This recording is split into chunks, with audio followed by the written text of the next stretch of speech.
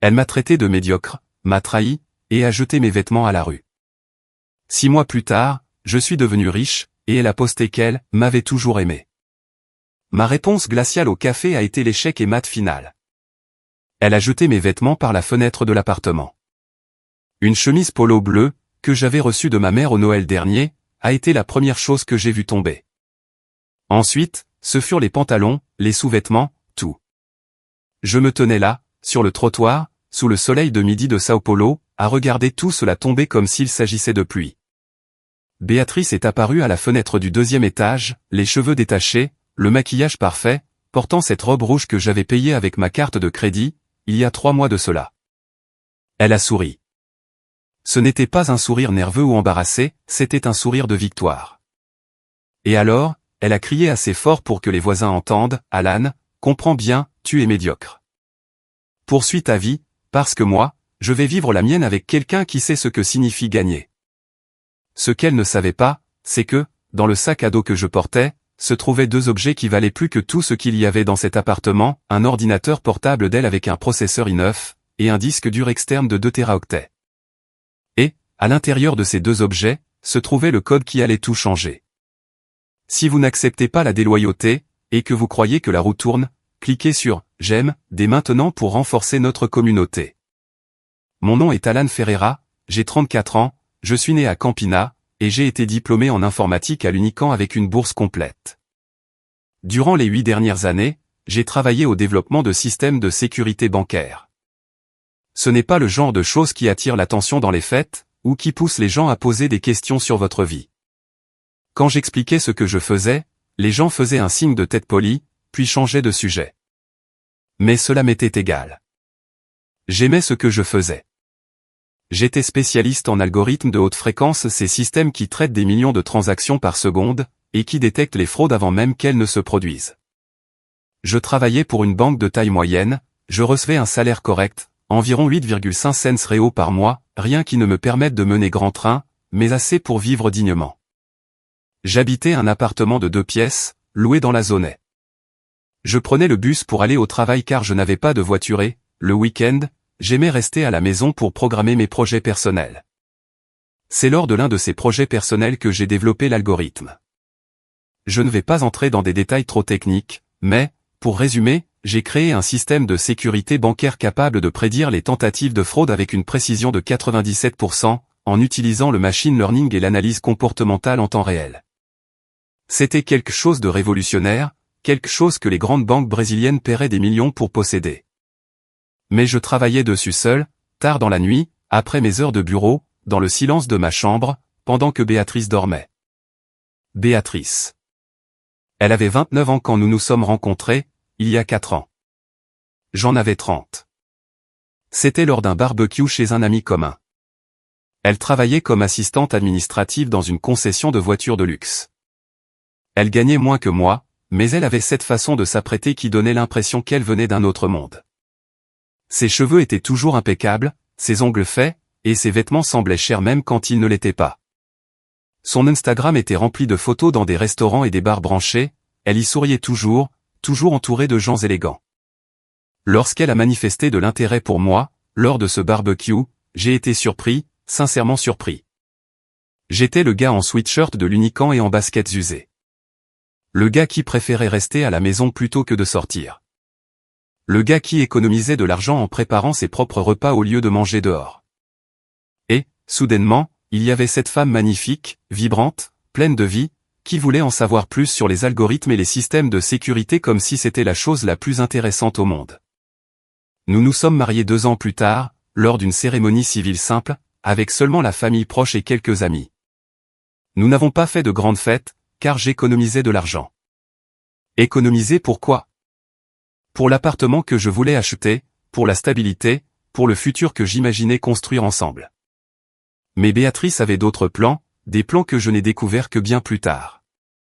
Elle a commencé à changer subtilement au cours de la 2e année de mariage. Rien de très évident au début. Elle a commencé à sortir plus souvent avec ses amis, elle a commencé à se plaindre de l'appartement, disant qu'il était trop petit, que le quartier n'était pas assez bien, qu'elle méritait mieux. J'essayais de lui expliquer que nous mettions de l'argent de côté, et que dans un an, nous aurions assez pour verser un acompte pour un endroit plus prestigieux. Mais elle répliquait, 1 an, Alan? Tu parles toujours d'1 an. Quand est-ce qu'on va commencer à vivre pour de vrai? Je ne comprenais pas ce qu'elle voulait dire par « vivre pour de vrai ». Pour moi, vivre pour de vrai, c'était avoir un toit sur la tête, de la nourriture sur la table, les factures payées et la paix. Mais pour elle, vivre pour de vrai signifiait des restaurants coûteux, des voyages dans des complexes hôteliers du Nord-Est, des vêtements de marque, et la voiture de l'année et des choses que mon salaire de 8,500 € ne pouvait tout simplement pas financer. C'est alors qu'il est apparu dans sa vie. Ricardo Almeida, courtier immobilier de luxe, 38 ans, bronzé, cheveux gominés, parfum fort, et une Porsche Cayenne grise toujours garée sur les places préférentielles. Le genre de gars qui poste une photo sur Instagram chaque jour avec une légende motivationnelle du type « Le succès n'est pas de la chance, c'est du travail acharné », tout en buvant du champagne sur un yacht. Béatrice l'a rencontré en allant rendre visite à une amie dans une résidence fermée à Alphaville. Ricardo était le courtier responsable des ventes de la promotion. Elle est rentrée à la maison ce jour-là en parlant avec enthousiasme de l'endroit, de sa beauté, et de la façon dont, un jour, nous pourrions vivre dans un tel lieu. J'ai souri et j'ai acquiescé, pensant que ce n'était qu'un rêve lointain. Mais elle a continué à mentionner Ricardo. Ah, Ricardo a dit que le marché immobilier est en pleine effervescence, Ricardo a dit que celui qui n'investit pas dans l'immobilier perd de l'argent, Ricardo m'a envoyé des photos d'un appartement incroyable. J'aurais dû m'en rendre compte, les signes étaient tous là. Mais j'étais tellement concentré sur mon projet, tellement immergé dans les lignes de code de mon algorithme, que je n'ai pas vu l'évidence se produire juste devant moi. Béatrice a commencé à rentrer tard, toujours avec une excuse. Je suis allé prendre un café avec les filles, je suis resté plus tard au travail, je suis passé chez ma mère. Elle a arrêté de s'informer sur ma journée, elle a cessé de s'intéresser à mes projets. Quand j'essayais de parler de l'algorithme que je développais, ou de la façon dont cela pourrait changer notre vie, elle regardait son téléphone et murmurait « C'est super, chérie », sans même lever les yeux. Mais le pire, c'est quand elle a commencé à me comparer pas directement, mais entre les lignes. Une telle s'est mariée avec un avocat qui a gagné une grosse affaire, ils vont voyager en Europe, un tel a ouvert une entreprise de marketing et a déjà acheté un appartement à Bérigny. Et toujours cette phrase, Alan, on ne peut pas rester immobile. La vie défile. Je me sentais de plus en plus petit, comme si mes efforts ne valaient rien. Comme si travailler honnêtement, payer les factures à temps, être fidèle et présent n'était pas suffisant. Comme si je n'étais pas suffisant. C'est un vendredi, le 15 mars, que ma vie s'est divisée en deux, l'avant et l'après. J'étais parti plus tôt du travail parce que j'avais mal à la tête. J'ai pris le bus à 16 h, au lieu de 18 h comme d'habitude. Je suis arrivé à la maison à 17h15. J'ai ouvert la porte de l'appartement avec ma clé, je suis entré dans le salon, et j'ai entendu des voix venant de la chambre. Des rires. Sa voix à elle, et la voix d'un homme. Ma première pensée n'a pas été la trahison. Ma première pensée a été, quelqu'un s'est introduit chez nous et elle est coincée avec lui dans la chambre. J'ai pris le parapluie qui se trouvait près de la porte et j'ai marché silencieusement dans le couloir, le cœur battant à tout rompre, les mains froides de sueur. J'ai poussé la porte de la chambre. Béatrice était dans notre lit. Notre lit? Celui que nous avions acheté ensemble chez Casabaya, payé en 10 fois. Elle était avec lui, Ricardo, le courtier immobilier. Tous les deux nus, les draps en désordre, et cette odeur de parfum masculin imprégnant l'air. Elle n'a pas crié, elle n'a pas sursauté. Elle m'a simplement regardé avec cette expression, comme si j'étais un inconvénient, comme si j'étais l'intrus ici. Alan, dit-elle, en tirant le drap pour couvrir son corps. Nous devons parler. Ricardo, de son côté, a tenté de se couvrir rapidement, il a trébuché sur son propre pantalon en essayant de s'habiller. Il a murmuré quelque chose comme « Désolé, mec, je ne savais pas que », mais je ne le regardais même pas. Mes yeux étaient fixés sur elle. Depuis combien de temps? Ma voix est sortie plus calme que je ne l'imaginais. Glaciale, en fait. Alan, ce n'est pas. Depuis combien de temps, Béatrice? Elle a soupiré, comme si elle était fatiguée, comme si j'étais le problème. 6 mois. 6 mois. La moitié d'une année. Pendant que je travaillais 12 heures par jour, pendant que je programmais la nuit pour essayer de nous créer un futur meilleur, pendant que j'économisais chaque centime en pensant à la compte pour notre propre appartement, elle était ici, dans notre lit, avec un autre homme. Ai-je dit à Ricardo. Il n'a pas eu besoin que je le répète. Il a enfilé son pantalon, a pris sa chemise, ses chaussettes, ses chaussures, et s'est enfui de la chambre comme si l'appartement était en feu. J'ai entendu la porte d'entrée claquer. Je suis resté là, debout dans l'encadrement de la porte de la chambre, à la regarder. Béatrice s'est levée, a enveloppé son corps dans le peignoir à pois que je lui avais offert pour son dernier anniversaire, et a allumé une cigarette. Elle ne fumait pas. Quand avait-elle commencé à fumer? Tu veux que je mente? Que je dise que ce n'est arrivé qu'une fois. Elle a pris une longue bouffée. Je ne le ferai pas. Je ne t'aime plus, Alan, et peut-être que je ne t'ai jamais vraiment aimé. Ces mots auraient dû me détruire, ils auraient dû me faire tomber à genoux, me faire hurler, pleurer. Mais ce ne fut pas le cas. Parce qu'au moment où elle a dit cela, quelque chose en moi s'est simplement éteint. Comme si quelqu'un avait appuyé sur un bouton, et que toute émotion avait été drainée de mon corps. Pourquoi? Ai-je demandé, non pas par curiosité morbide, mais parce que je voulais vraiment comprendre la logique. Parce que tu es quelqu'un de trop tranquille, Alan. Tu es médiocre. Tu te satisfais de ta petite vie de classe moyenne inférieure, avec ton appartement de 2 pièces, ton bus, et tes repas préparés. Tu ne me donneras jamais la vie que je mérite. Et lui, il le fera. Elle a souri. Ce sourire que j'avais trouvé beau un jour, et qui semblait maintenant grotesque. Il me la donne déjà. Ricardo gagne en un mois ce que tu gagnes en 6. Il a une Porsche. Il vit dans un appartement triplex à Alphaville. Il voyage à Miami 3 fois par an. C'est quelqu'un. Je voudrais savoir ce que vous auriez fait à ma place. Auriez-vous explosé sur le champ ou auriez-vous attendu? Dites-le moi dans les commentaires. Je n'ai rien dit, je n'avais rien à dire. Je suis allé dans la chambre d'amis que j'utilisais comme bureau. J'ai pris mon sac à dos, j'y ai mis l'ordinateur portable et le disque dur externe, j'ai pris quelques documents importants, et je suis retourné au salon. Béatrice était sortie de la chambre. Elle était assise sur le canapé, fumant toujours, avec une expression d'ennui sur le visage, comme si cette conversation était une corvée pénible. Je vais garder l'appartement, a-t-elle dit. Le contrat de location est à ton nom, mais je vais parler à Ricardo. Il va m'aider à négocier avec le propriétaire. Garde l'appartement, ai-je répondu. Elle a semblé surprise. Je pense qu'elle s'attendait à une dispute. C'est sérieux? C'est sérieux. D'ailleurs, j'ai retiré la clé de l'appartement de mon trousseau et je l'ai posée sur la table basse. Il y a 3 mois de loyer impayé, 4,2 cents réaux. J'ai arrêté de payer dès que j'ai commencé à soupçonner que tu m'utilisais. Alors, bonne chance pour expliquer cela au propriétaire, et à Ricardo. Son expression a changé. L'ennui s'est transformé en confusion, puis en colère. Tu as fait quoi? Ce que j'ai dit.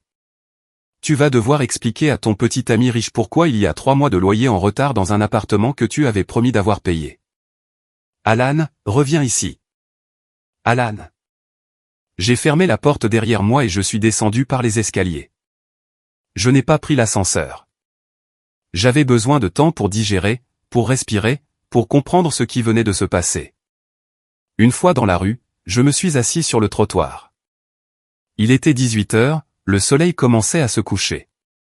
Les gens passaient, rentrant du travail, pressés, fatigués, chacun avec ses propres problèmes. Et moi j'étais là, assis sur le trottoir comme un mendiant, avec un sac à dos contenant tout ce qui comptait pour moi au monde.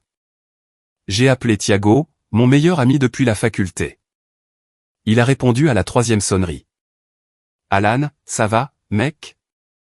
Thiago, est-ce que je peux dormir dans ton bureau ce soir? Il y eut un silence à l'autre bout du fil. Qu'est-ce qui s'est passé? Longue histoire. Je t'expliquerai quand j'arriverai, mon frère. Tu sais que tu peux. J'ai un matelas ici, j'ai même laissé quelques affaires au bureau. Ramène-toi. Thiago avait une petite start-up de développement web. Rien de très grand, mais suffisant pour avoir loué un petit local commercial à Villa Mariana.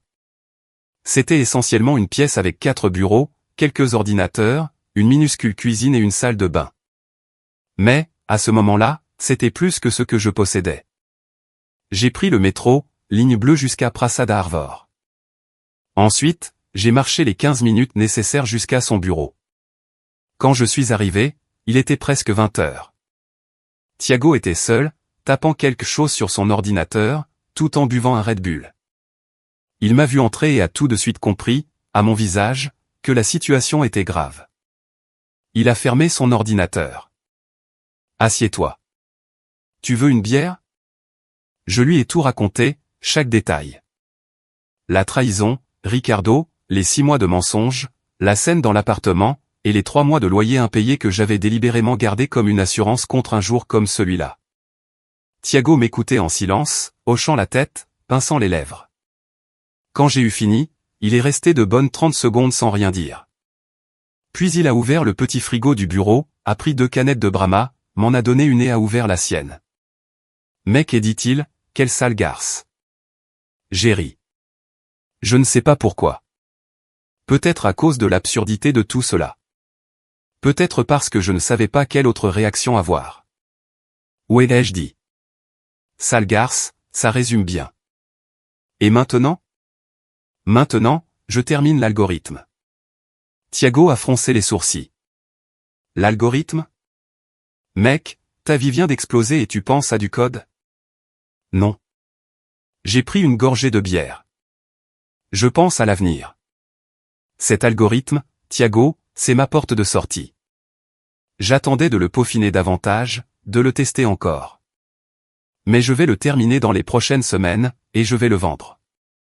Et quand je le vendrai, quand l'argent tombera sur le compte, je prouverai à cette femme qu'elle a misé sur le mauvais cheval. Thiago m'a regardé avec cette expression que je connaissais bien. C'était la même expression qu'il avait quand je disais que j'allais réussir toutes mes matières, même en étudiant à la dernière minute. L'expression qui disait « Je ne crois pas que ça va marcher, mais je vais quand même croiser les doigts pour toi. » Combien penses-tu que ça vaut? Des millions, ai-je répondu. Si je réussis à le vendre à la bonne banque, à la bonne entreprise. Je parle de millions de dollars, pas de réaux. Et tu es sûr que ça fonctionne? Je l'ai testé avec des données réelles des 5 dernières années. Taux de réussite de 97%. Les banques perdent des milliards par an à cause de la fraude, Thiago. Un système qui prévient 97% de ces fraudes est une mine d'or. Il a acquiescé lentement, en train d'assimiler l'information. Alors reste ici aussi longtemps que tu en as besoin. Il y a une bonne connexion Internet, de l'électricité, du café. Je vais juste te demander une chose. Quoi? Quand tu seras riche, souviens-toi de moi. J'ai souri. Thiago, quand je serai riche, tu seras le premier que j'aiderai. Les 6 mois suivants furent les plus intenses de ma vie. Je me réveillais à 5 heures du matin, je prenais ma douche dans la salle de bain du bureau, je mangeais du pain avec du fromage à tartiner et un café noir, puis je m'asseyais devant l'ordinateur. Je animais mes programmes jusqu'à midi. Ensuite, je prenais le métro pour me rendre à mon travail normal à la banque. J'effectuais mes heures de 14 heures à 20 heures. Je retournais au bureau de Thiago, je mangeais quelque chose acheté en chemin, et je programmais jusqu'à 2 ou 3 heures du matin. Je dormais sur le matelas, je me réveillais à 5 heures, et je recommençais chaque jour. Pendant 6 mois, mon corps a protesté. J'ai perdu 8 kilos. J'avais des cernes profonds. Mon dos me faisait souffrir à force de rester courbé sur ma chaise, mais mon esprit était plus aiguisé que jamais. Chaque ligne de code que j'écrivais était parfaite. Chaque algorithme que j'implémentais fonctionnait dès la première tentative. C'était comme si toute la douleur, toute la colère et toute l'humiliation s'étaient converties en un carburant pur. Thiago m'aidait dès qu'il le pouvait. Il m'apportait à manger quand j'oubliais de me nourrir. Il m'obligeait à sortir marcher quand je restais 12 heures d'affilée devant l'écran. Il m'écoutait les nuits où j'avais besoin de parler, quand la solitude pesait trop lourd et que je me demandais si cela en valait la peine, si Béatrice n'avait pas raison, si je n'étais effectivement qu'un médiocre. Alan disait-il dans ces moments-là, médiocre, c'est celui qui trahit, celui qui ment, celui qui jette 4 ans de relation pour de l'argent. Tu n'es pas médiocre, tu es en train de construire quelque chose. Elle ne fait que dépenser le fric du gars. Quand son fric sera épuisé, elle se tirera. C'est ce genre de personne qu'elle est. Il avait raison, bien sûr. Mais savoir que quelqu'un avait raison ne rendait pas les nuits moins froides, ni le lit moins vide. Je n'ai pas cherché à avoir de ses nouvelles pendant ces 6 mois. Je n'ai pas regardé son Instagram, je n'ai rien demandé à nos connaissances communes, je ne suis pas passé près de l'ancien appartement. C'était comme si cette partie de ma vie avait été supprimée, effacée du système. Je me suis concentré uniquement sur le code, sur le travail, sur l'objectif. Jusqu'à ce que, par un mardi de septembre, je finisse enfin. Il était 3 heures du matin. Je venais de lancer le dernier test. Le système avait analysé 1 million de transactions en temps réel, et détecté les fraudes avec une précision de 97,3%. C'était parfait, c'était révolutionnaire, c'était ma rédemption. J'ai tout sauvegardé dans 3 endroits différents, sur l'ordinateur, sur le disque dur externe et sur le cloud. Puis je me suis levé de ma chaise, je suis allé jusqu'à la petite fenêtre du bureau qui donnait sur une rue de Villa Mariana, et j'ai regardé le ciel. Il commençait à s'éclaircir. Un nouveau jour commençait et, avec lui, une nouvelle vie. Dès le lendemain, j'ai commencé à chercher des acheteurs. J'ai contacté des entreprises technologiques, des banques, des fonds d'investissement. J'ai envoyé des présentations, des démonstrations du système. J'ai utilisé tous les contacts que j'avais accumulés en 8 ans de travail dans le secteur. La réponse fut immédiate. Tout le monde voulait voir. Tout le monde voulait en savoir plus. En 2 semaines, j'avais 5 propositions sur la table. La plus petite était de 3 millions d'euros.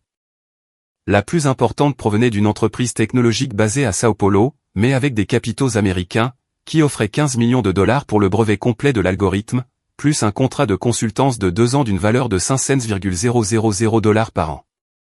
15 millions de dollars. Au taux de change de l'époque, c'était plus de 75 millions d'euros. Je me suis assis sur la chaise du bureau de Thiago et j'ai regardé cet email sur mon ordinateur. J'ai lu le montant 3 fois. Thiago est arrivé au bureau à cet instant précis, il a vu ma tête et a demandé, « Qu'est-ce qu'il y a ? Quelqu'un est mort ? » Thiago ? J'ai tourné l'écran de l'ordinateur vers lui. Quelqu'un vient de naître. Il a lu l'email, l'a relu. Il m'a regardé, a regardé l'email. Mec.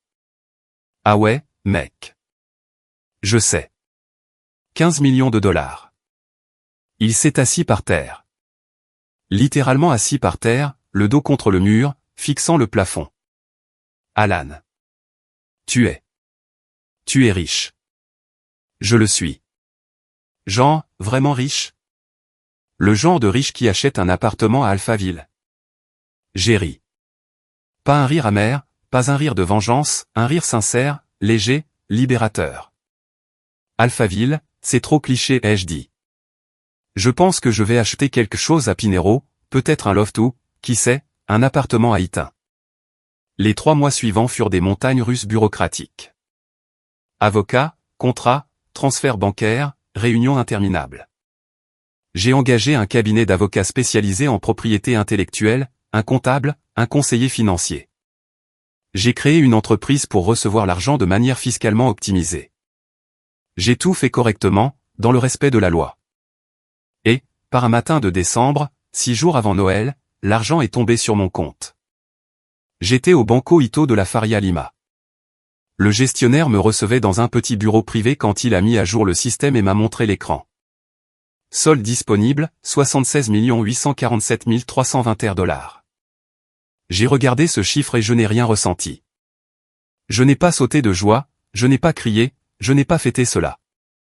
J'ai seulement ressenti un soulagement, comme si un poids gigantesque avait été retiré de mes épaules, comme si je pouvais enfin respirer à nouveau.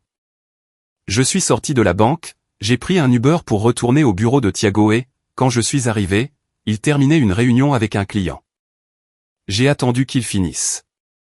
Quand le client est parti, j'ai fermé la porte et j'ai jeté une enveloppe sur son bureau. « Qu'est-ce que c'est ?» demanda-t-il. « Ouvre-la. » Il l'a ouverte. À l'intérieur, il y avait un chèque de 5 millions d'euros et une lettre écrite à la main qui disait « Merci d'avoir cru en moi. Utilise ceci pour agrandir ton entreprise ou pour faire ce que tu veux.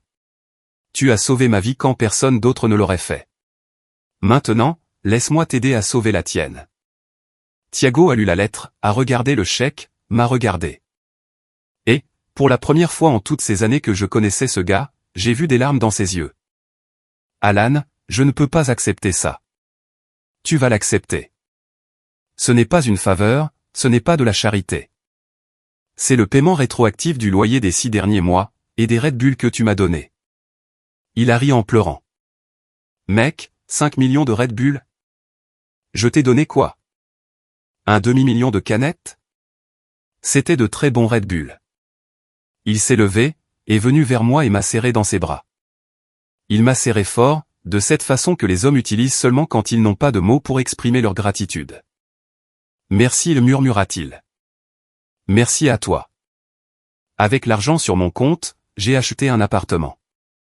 Pas à Alphaville, pas dans une résidence fermée avec concierge 24h24 et salle de fête. J'ai acheté un loft de 180 mètres carrés à Pinero, avec une grande hauteur sous plafond, d'énormes fenêtres, et un mobilier minimaliste. J'ai payé 2,8 $000 comptant. Je l'ai décoré avec goût, mais sans exagération. J'ai acheté une voiture, une BMW 320i noire, discrète et élégante. J'ai acheté de bons vêtements, mais pas tapa accent grave-l'œil. J'ai engagé une coach sportive personnelle. J'ai recommencé à prendre soin de moi, j'ai récupéré les 8 kilos que j'avais perdus et je les ai transformés en muscles. Mais le changement le plus important ne fut pas physique, il fut mental. Je n'étais plus l'Alan passif, l'Alan médiocre. J'étais l'Alan qui avait créé quelque chose à partir de rien. L'Alan qui avait transformé la douleur en détermination. L'Alan qui avait prouvé que le succès n'est pas de la chance, n'est pas de l'apparence, n'est pas de l'ostentation. Le succès, c'est le travail silencieux, une concentration inébranlable et l'intelligence. Et puis, 3 mois après que l'argent soit arrivé, je l'ai vu. C'était sur Instagram. Non, je ne la cherchais pas, mais l'algorithme des réseaux sociaux est pervers. Il sait que nous revenons toujours regarder ce qui nous a blessés. Et elle était là, sur une photo où elle avait été identifiée par un ami commun. Béatrice était différente. Ses cheveux étaient plus courts, mal entretenus. Elle avait pris quelques kilos. Elle ne portait pas de maquillage. La photo avait été prise dans un bar simple, bon marché, rien de comparable aux endroits qu'elle avait l'habitude de fréquenter. Et elle ne souriait pas, elle était juste là. Je suis allé sur son profil. Son dernier post datait d'il y a 3 semaines. C'était une vieille photo de l'époque où nous étions ensemble, lors de ce barbecue où nous nous étions rencontrés. Et la légende disait, j'ai toujours su quel était ton potentiel. Ma seule erreur a été de m'éloigner pour te laisser grandir. Je t'ai toujours aimé, Alan. J'ai lu cela 3 fois. Je n'ai pas ressenti de colère. Je n'ai pas ressenti de pitié. J'ai ressenti du dégoût. Du dégoût face à ce mensonge éhonté, à cette manipulation de bas étage, à cette tentative pathétique de réécrire l'histoire. J'ai cliqué sur les commentaires. Il y en avait une vingtaine. La plupart venaient de ses amis, disant « Ma belle, tu mérites d'être heureuse, c'est lui qui ne t'a pas estimé à ta juste valeur, va de l'avant. » Mais il y avait un commentaire qui a attiré mon attention. Il venait d'une de ses collègues de travail, de la concession « Bia, arrête de t'humilier. C'est toi qui as rompu avec lui. Maintenant qu'il est riche, tu veux revenir? C'est moche. » C'était donc ça. Elle avait appris pour l'argent. Il ne fut pas difficile de comprendre comment. Sao Paulo est peut-être une ville de 12 millions d'habitants, mais le monde de la technologie est petit. Le monde de ceux qui deviennent riches du jour au lendemain est encore plus restreint. La nouvelle de la vente du brevet avait fuité. C'était paru dans un petit article de Valor Econômico, un développeur brésilien vend un algorithme de sécurité bancaire pour un montant non divulgué. Cela ne mentionnait pas mon nom, mais cela mentionnait l'entreprise et le fait que j'avais travaillé 8 ans dans le secteur. Les gens n'ont pas mis longtemps à découvrir qui c'était. Et elle n'a pas mis longtemps à le découvrir non plus. Une semaine après ce post sur Instagram, j'ai reçu un message d'elle sur WhatsApp. C'était tard dans la nuit, presque minuit. J'étais sur le canapé du loft en train de regarder une série sur Netflix quand mon téléphone a vibré. Alan, est-ce qu'on peut parler? J'ai fixé le message pendant de bonnes 5 minutes. J'ai pensé à l'ignorer. J'ai pensé à la bloquer. Mais alors, une meilleure idée m'est venue à l'esprit. Bien sûr. Demain à 19 h au café Girondino. Vous connaissez le café Girondino? C'était un endroit chic à Pinero. Ce n'était pas le plus cher de la ville, mais c'était le genre d'endroit où l'on n'entre pas en tongs et en short, le genre d'endroit que Béatrice adorerait. Je connais. J'y serai. Le lendemain, je suis arrivé au café Girondino à 18h50. J'ai choisi une table à l'extérieur, là où les gens qui passaient dans la rue pouvaient voir. J'ai commandé un double expresso et j'ai attendu. Elle est arrivée à 19h05. Elle portait cette même robe rouge du jour où elle avait jeté mes vêtements par la fenêtre. Ses chaussures étaient les mêmes aussi, mais quelque chose en elle avait changé. Sa démarche n'avait plus cette assurance d'autrefois.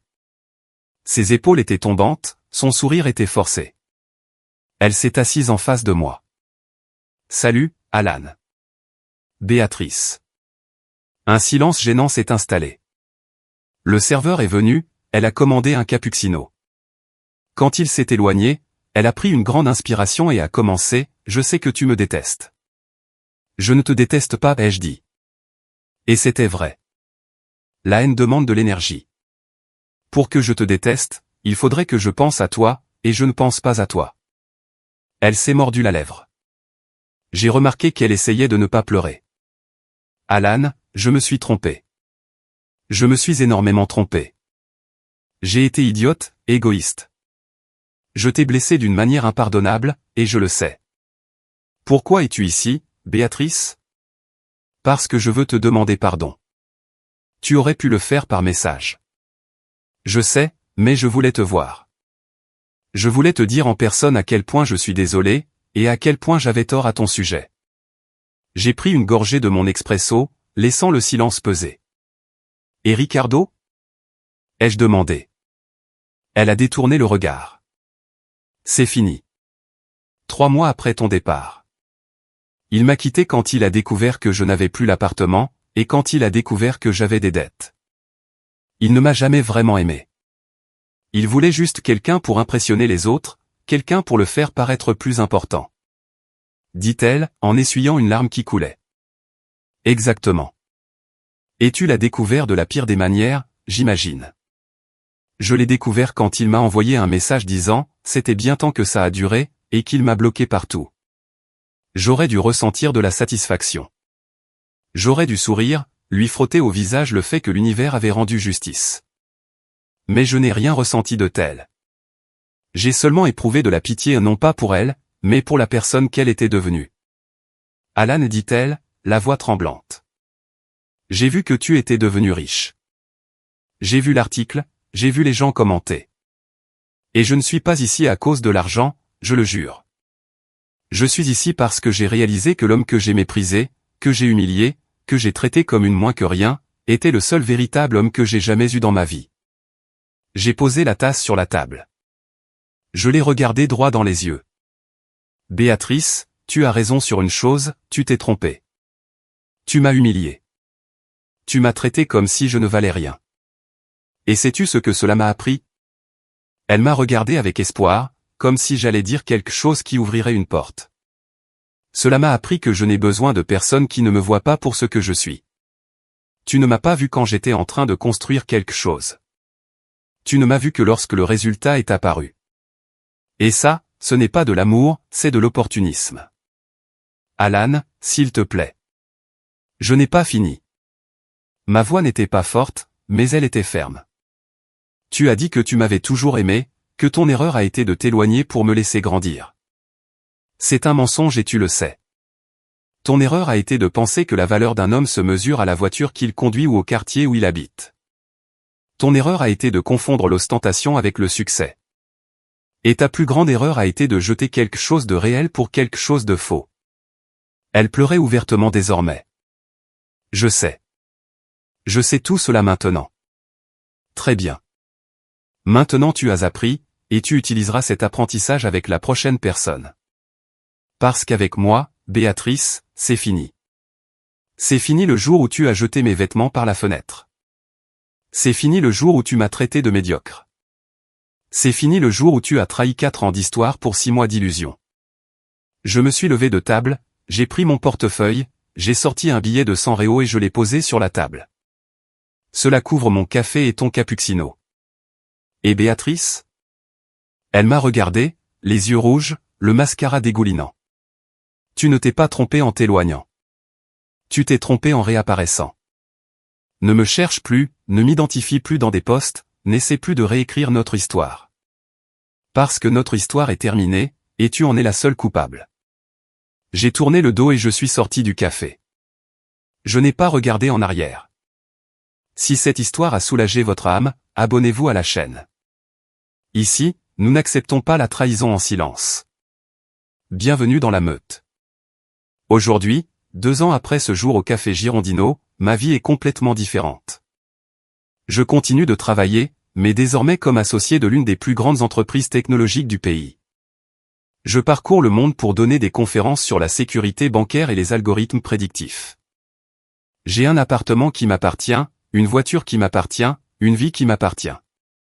J'ai rencontré quelqu'un, une femme incroyable, ingénieur civil, qui ne m'a pas vu pour l'argent que j'avais, mais pour la personne que j'étais. Elle m'a trouvé lors d'un événement technologique, elle est venue discuter avec moi de machine learning et, quand elle a découvert que j'étais cet Alan qui avait vendu l'algorithme, elle a simplement dit « cool » et a continué à parler d'ingénierie des structures. Nous nous sommes mariés l'année dernière lors d'une cérémonie simple à Campos do Jordão, entouré uniquement de la famille proche et d'amis véritables. Thiago était mon témoin et, quand je l'ai regardé à l'hôtel, j'ai réalisé que, pour la première fois de ma vie, j'étais avec quelqu'un qui me voyait vraiment. Béatrice. Je la vois de temps en temps sur les réseaux sociaux. Elle a reconstruit sa vie, elle a repris ses études, elle a fait une faculté de marketing, elle travaille dans une entreprise de taille moyenne, et elle sort avec quelqu'un qui semble être quelqu'un de bien. Et je souhaite sincèrement qu'elle soit heureuse. Parce que j'ai appris quelque chose durant toutes ces années, garder de la rancœur, c'est comme boire du poison et attendre que l'autre meure. Je ne veux pas qu'elle souffre. Je veux seulement qu'elle apprenne. Qu'elle apprenne que le caractère vaut plus qu'une grosse voiture, que l'intégrité vaut plus qu'Instagram, qu'un homme qui te respecte et qui te construit vaut infiniment plus qu'un homme qui t'exhibe. Et si un jour, dans de nombreuses années, quelqu'un me demande si je regrette la façon dont les choses se sont passées, si j'aurais voulu que ce soit différent, je répondrai honnêtement, non. Parce que c'est précisément cette douleur, cette humiliation, cette nuit à dormir sur le sol d'un bureau avec seulement un ordinateur portable et un rêve, qui m'ont transformé en l'homme que je suis aujourd'hui. Un homme qui connaît sa propre valeur. Un homme qui ne se contente pas de miettes. Un homme qui a compris que le vrai succès ne consiste pas à prouver quoi que ce soit à qui que ce soit, il consiste à se prouver à soi-même que l'on est capable. Et je l'ai prouvé. Pas pour elle. Pour moi.